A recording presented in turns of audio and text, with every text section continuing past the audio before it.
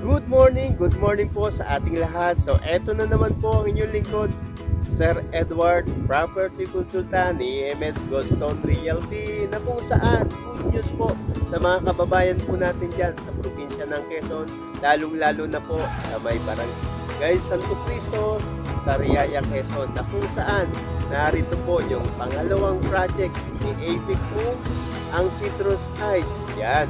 Sa mga kababayan po natin dyan na nais maka-avail ng pinapangarap na sariling bahay at lupa, naku, good news po, napakamura pa po ng ating unit dito.